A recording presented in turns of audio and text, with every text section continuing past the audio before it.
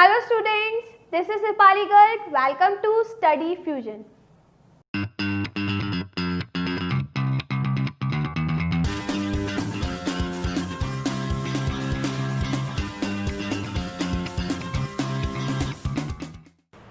Guys आज की video बहुत इंटरेस्टिंग होने वाली है क्योंकि गाइस आज की वीडियो में हम पढ़ने वाले हैं ह्यूमन डाइजेस्टिव सिस्टम।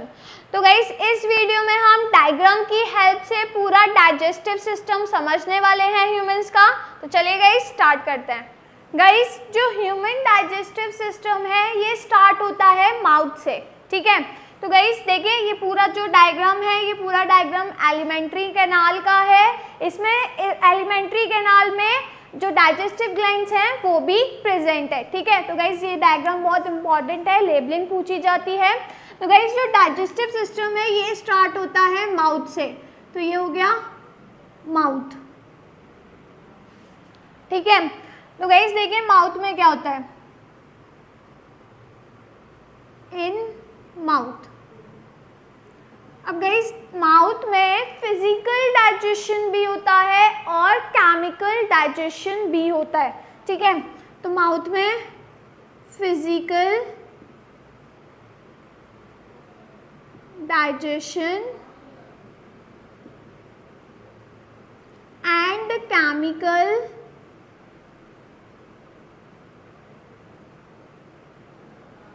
डाइजेशन दोनों होता है, ठीक है। गाइस जो फिजिकल डाइजेशन है ये टीथ की हेल्प से होता है। जब हम फूड खाते हैं तो गाइस टीथ की हेल्प से हम फूड को च्यू और ग्राइंड करते हैं, जिसके थ्रू जो फूड है, फूड में जो बिगर मॉलिक्यूल्स होते हैं वो स्मॉलर मॉलिक्यूल्स में कन्वर्ट हो जाते हैं, स्मॉलर पार्टिकल्स में कन्वर्ट हो जाते हैं, ठीक है। तो गाइस टीथ के थ्रू च्यूइंग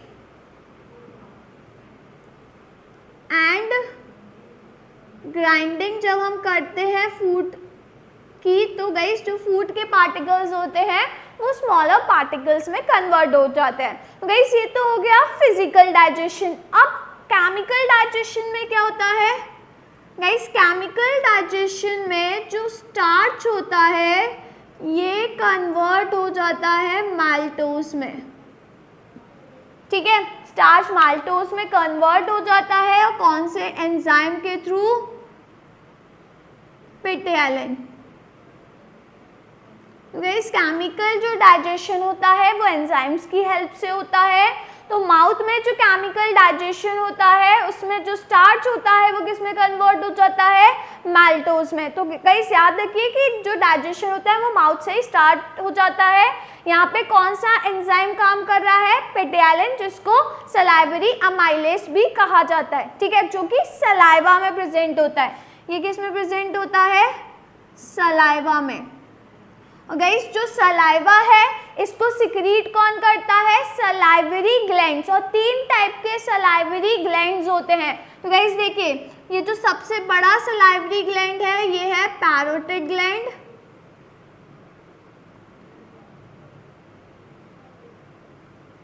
देन गाइस जो जॉ के नीचे है ये वाला है सब मैंडिब्यूलर ग्लैंड।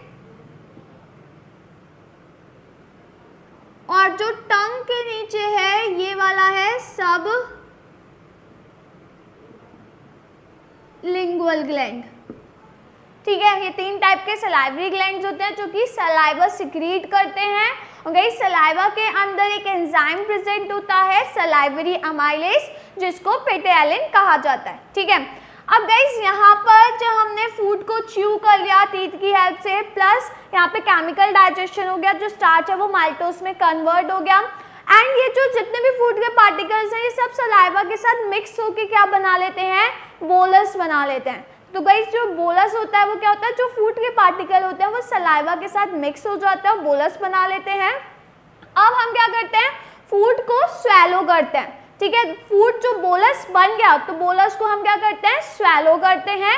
अब गाइस जो फूड होता है, जो बोलस बन गया वो अपने आप ही नीचे की तरफ मूव करता है, ठीक है।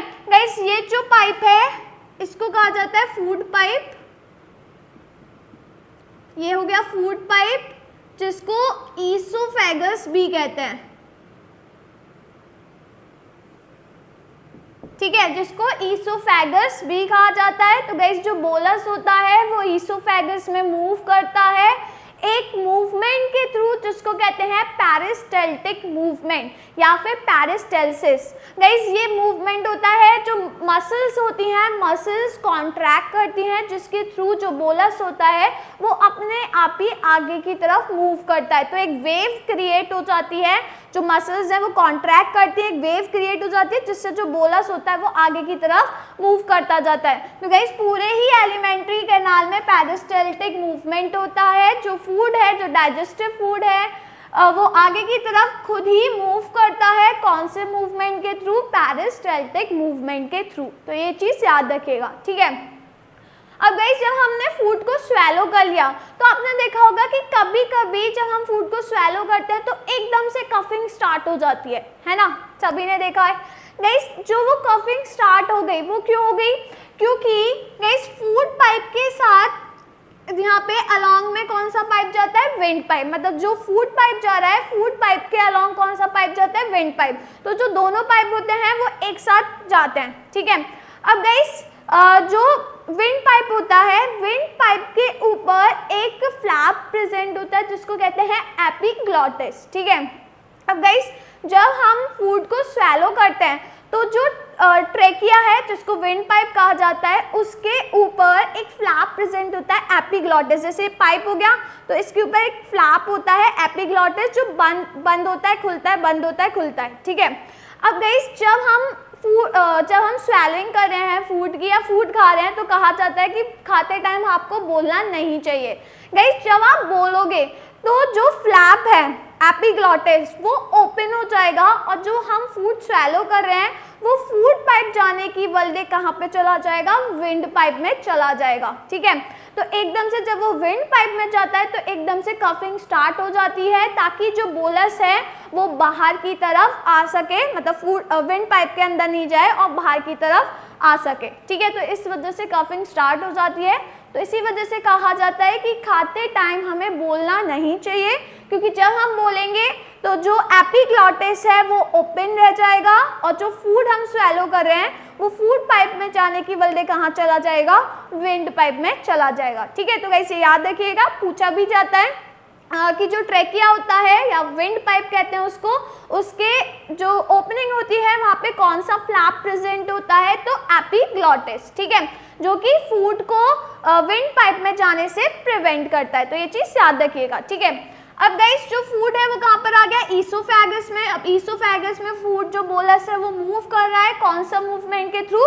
पेरिस्टल्टिक मूवमेंट के थ्रू, ठीक है। अब गाइस जो ईसोफेगस है ये कहाँ पे ओपन हो रहा है? स्टमक में, ठीक है। जो ईसोफेगस है वो कहाँ ओपन हो रहा है? स्टमक में।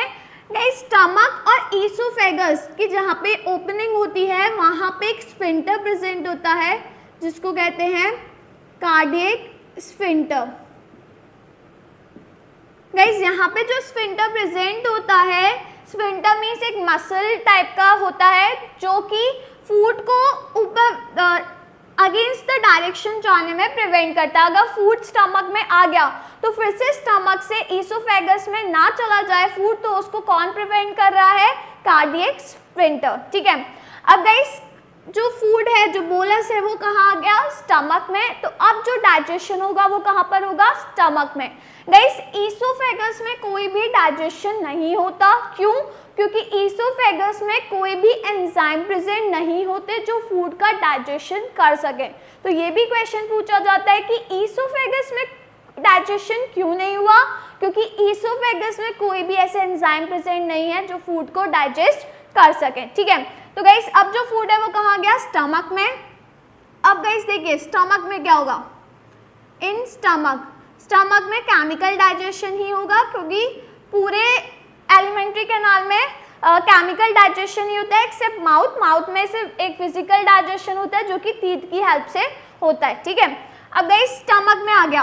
अब जो स्टमक की इनर लाइनिंग होती है, गाइस जो स्टमक की इनर लाइनिंग होती है, इनर लाइनिंग कौन सी होगी? ये जो अंदर की जो वॉल्स है इनर लाइनिंग, यहाँ से एक जूस सिक्रीट होता है जिसको कहा जाता है गैस्ट्रिक जूस। ठीक है, इसको गैस्ट्रिक जूस कहा जाता है। अब गाइस गैस्ट्रिक जूस में वाटर प्रेजेंट होता है, सॉल्ट प्रेजेंट होता है, HCl एसिड प्रेजेंट होता है। ये क्या है? Acid, hydrochloric acid.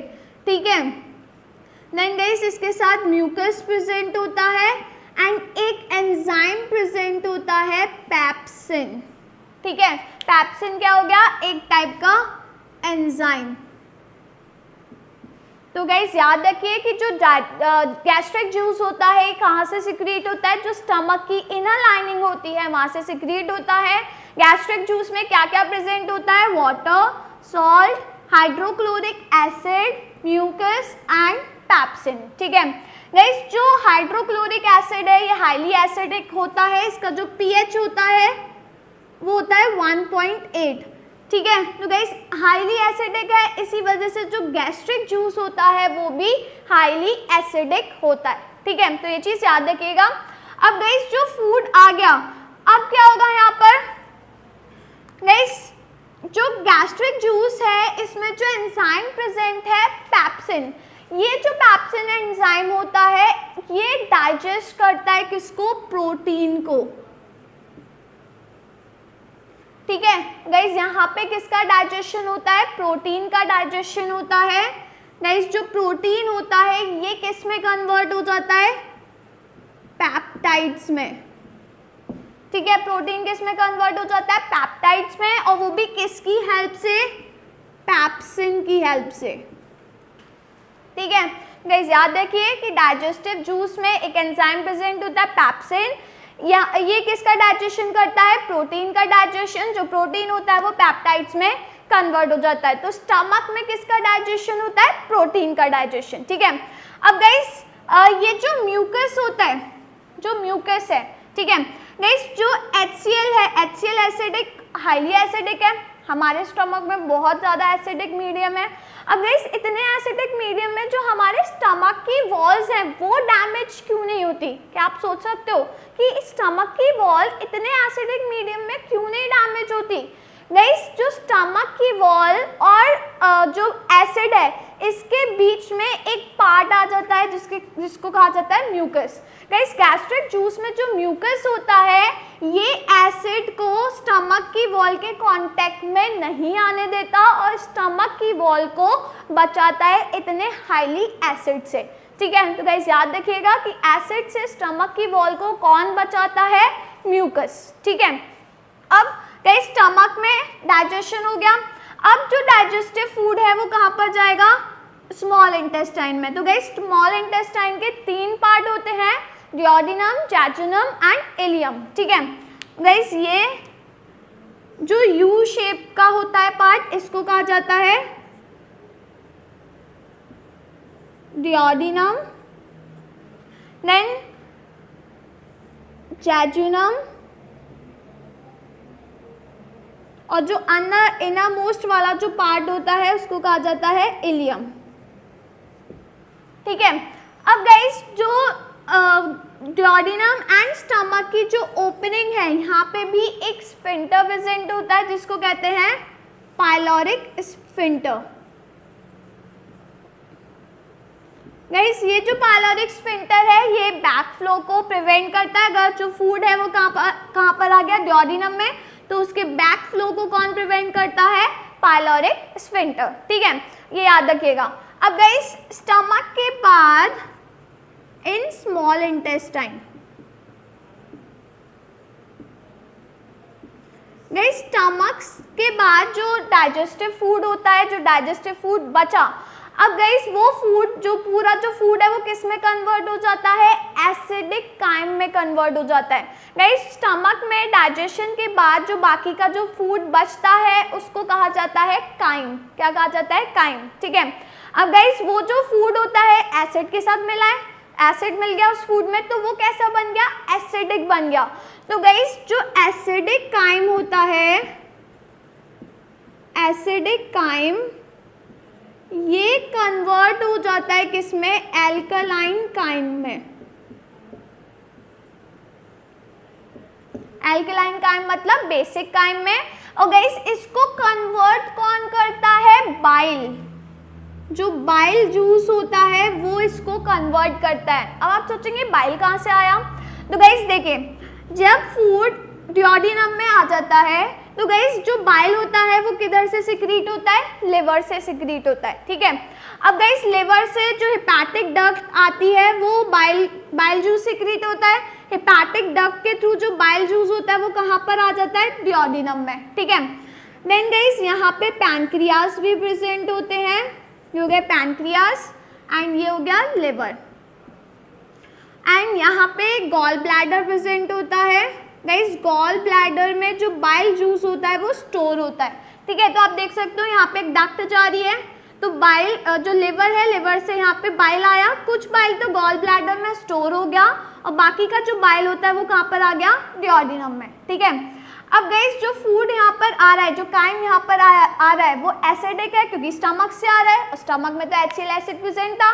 तो गाइस जो एसिडिक काइम है वो किस में कन्वर्ट हो जाता है, एल्कलाइन काइम में। किसकी हेल्प से, बाइल की हेल्प से, क्योंकि गाइस बाइल में क्या प्रेजेंट होता है, NaHCO3। NaHCO3 sodium bicarbonate present होता है जो एसिडिक काइम को बेसिक काइम मतलब एल्कलाइन काइम में कन्वर्ट कर देता है। गाइस काइम क्या होता है, जो स्टमक में डाइजेस्टेड फूड है, जो डाइजेशन हो गया स्टमक में, अब जो फूड निकलता है स्टमक से उसको कहा जाता है काइम, ठीक है। अब गाइस ये जो बेसिक काइम है कन्वर्ट हो गया। अब क्या होगा, जो फैट के मॉलिक्यूल्स हैं वो कन्वर्ट हो जाएंगे किसमें, इमल्सिफाइड फैट में। गाइस इमल्सिफाइड फैट में ये कन्वर्ट कौन कर रहा है, अगेन बाइल कन्वर्ट कर रहा है, ठीक है। तो सबसे पहले बाइल का काम है, बाइल क्या करता है, जो एसिडिक काइम है पहले उसको बेसिक काइम में कन्वर्ट करता है, क्योंकि गाइस एसिडिक काइम में कोई एंजाइम वर्क नहीं करेगा, उसको बेसिक काइम में कन्वर्ट होना ही पड़ेगा, ठीक है। देन जो काइम है इसके अंदर जो फैट के मॉलिक्यूल्स हैं, फैट का फर्दर ब्रेक डाउन करता है किसमें, इमल्सिफाइड फैट में। तो ये कौन कर रहा है, बाइल कर रहा है, ठीक है। अब गाइस जो पैनक्रियाज होते हैं, पैनक्रियाज से भी एक जूस सिक्रीट होता है जिसको कहा जाता है पैनक्रियाटिक जूस। अब गाइस जो पैनक्रियाटिक जूस होता है ये पैनक्रियाटिक डक्ट से होता हुआ कहाँ पर आ जाता है, ड्यूओडेनम में आ जाता है, ठीक है। तो लिवर से आ गया बाइल और पैनक्रियाज से आ गया क्या, पैनक्रियाटिक जूस, ठीक है। तो गाइस अब क्या होगा, जो पैनक्रियाटिक जूस है उसमें भी 3 टाइप के एंजाइम प्रेजेंट होते हैं, अमाइलोप्सिन, ट्रिप्सिन एंड स्ट्रिप्सिन, ठीक है। तो अब देखिए क्या होगा, जो लेफ्ट ओवर स्टार्च होगा ये कन्वर्ट हो जाएगा माल्टोज में। गाइस इसको कन्वर्ट कौन करेगा, अमाइलोप्सिन, ठीक है। देन जो प्रोटीन एंड पेप्टाइड्स होंगे वो कन्वर्ट हो जाएंगे smaller peptides plus amino acids में, ठीक है। किसकी हेल्प से, ट्रिप्सिन की हेल्प से, ठीक है। और जो इमल्सिफाइड फैट है ये कन्वर्ट हो जाएगा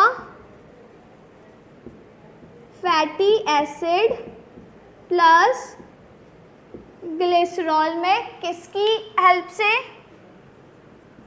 स्ट्रिप्सिन की हेल्प से। गाइस वैसे तो स्ट्रिप्सिन ही प्रेजेंट होता है यहाँ पर, जो पैनक्रियाटिक जूस होता है उसमें स्ट्रिप्सिन ही प्रेजेंट होता है, ठीक है। तो गाइस ये वाला जो पोर्शन था, ये वाला पोर्शन ये कहाँ से सिक्रीट हो रहा था, लिवर से बाइल के थ्रू। और गाइस ये जो पूरा पोर्शन है ये कहाँ से सिक्रीट हो रहा है, पैनक्रियाज से पैनक्रियाटिक जूस।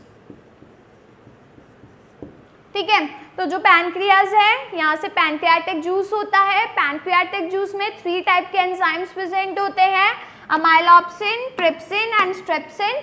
नेक्स्ट जो अमाइलोप्सिन होता है वो लेफ्ट ओवर स्टार्च को माल्टोस में कन्वर्ट कर देता है। लेफ्ट ओवर स्टार्च कैसे हो गया? क्योंकि गाइस स्टार्च का जो डाइजेशन था वो माउथ में भी हुआ था सबसे पहले। ठीक है, तो जो लेफ्ट ओवर बाकी का जो स्टार्च बच जाता है उसको माल्टोस में कन्वर्ट कर देता है अमाइलोप्सिन।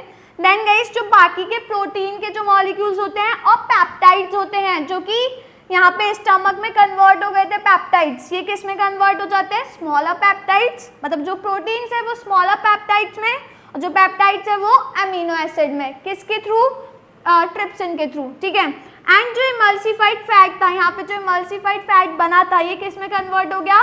फैटी एसिड और ग्लिसरॉल में। किसकी हेल्प से? स्ट्रिप्सिन की हेल्प से। ठीक है, तो गाइस ये जो पूरा डाइजेशन है ये कहाँ पर हो गया? ड्यूओडेनम वाले पार्ट में हो गया। ठीक है, अब ये बाकी का जो डाइजेस्टेड जो बाकी का जो फूड है वो आगे की तरफ जाएगा, जेजुनम में जाएगा। जेजुनम में नहीं होगा कोई डाइजेशन, देन वो जाएगा इलियम वाले पार्ट में। ठीक है, अब गाइस जो यहाँ पे जो इनर वॉल्स होती हैं, अंदर की जो इलियम वाला पार्ट है वहाँ पे बहुत सारे विलाइज प्रेजेंट होती है। विलाई जो होती है वो फूड के एब्जॉर्प्शन में हेल्प करती है। ठीक है, अब गाइस जो लास्ट डाइजेशन होगा, अब यहाँ पे चल रहा है लास्ट डाइजेशन।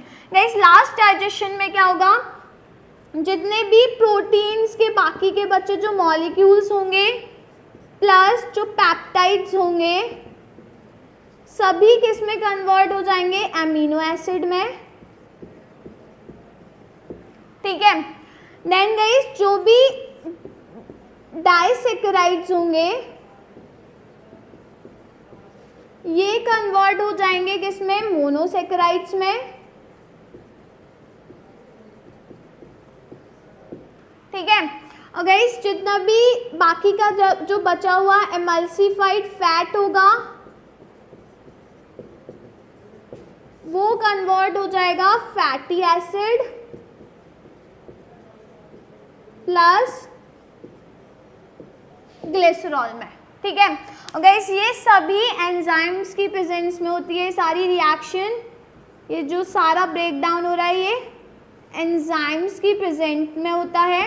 और गाइस ये जो एंजाइम बनते हैं ये कहाँ से बनते हैं? Intestinal juice. गाइस जो इंटेस्टाइनल की इनर लाइनिंग होती है, inner lining of small intestine, यहाँ से एक जूस सिक्रीट होता है इंटेस्टाइनल जूस। और इंटेस्टाइनल जूस में बाकी के बचे एंजाइम्स प्रेजेंट होते हैं जो कि ओवरऑल डाइजेशन करते हैं। तो गाइस जितने भी कार्बोहाइड्रेट है सभी कार्बोहाइड्रेट की जो सिंपलेस्ट फॉर्म होती है वो क्या होते हैं? मोनोसैकेराइड्स होते हैं, जिसमें से जो कॉमन होता है वो ग्लूकोज होता है।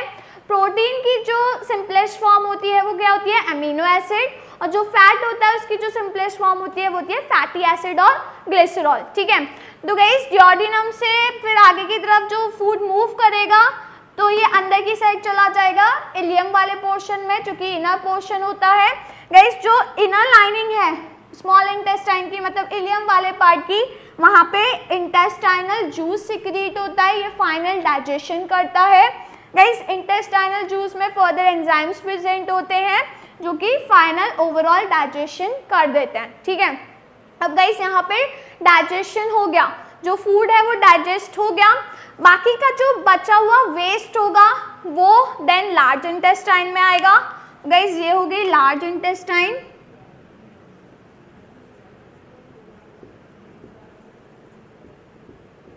ये हो गई लार्ज इंटेस्टाइन। और गाइस ये जो नीचे वाला जो पोर्शन है ये है एनस।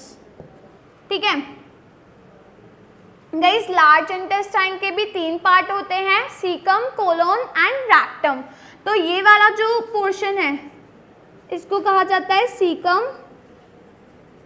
देन ये बाकी का ये जो पोर्शन है ये होता है कोलोन, और ये वाला जो पोर्शन है इसको कहा जाता है रेक्टम।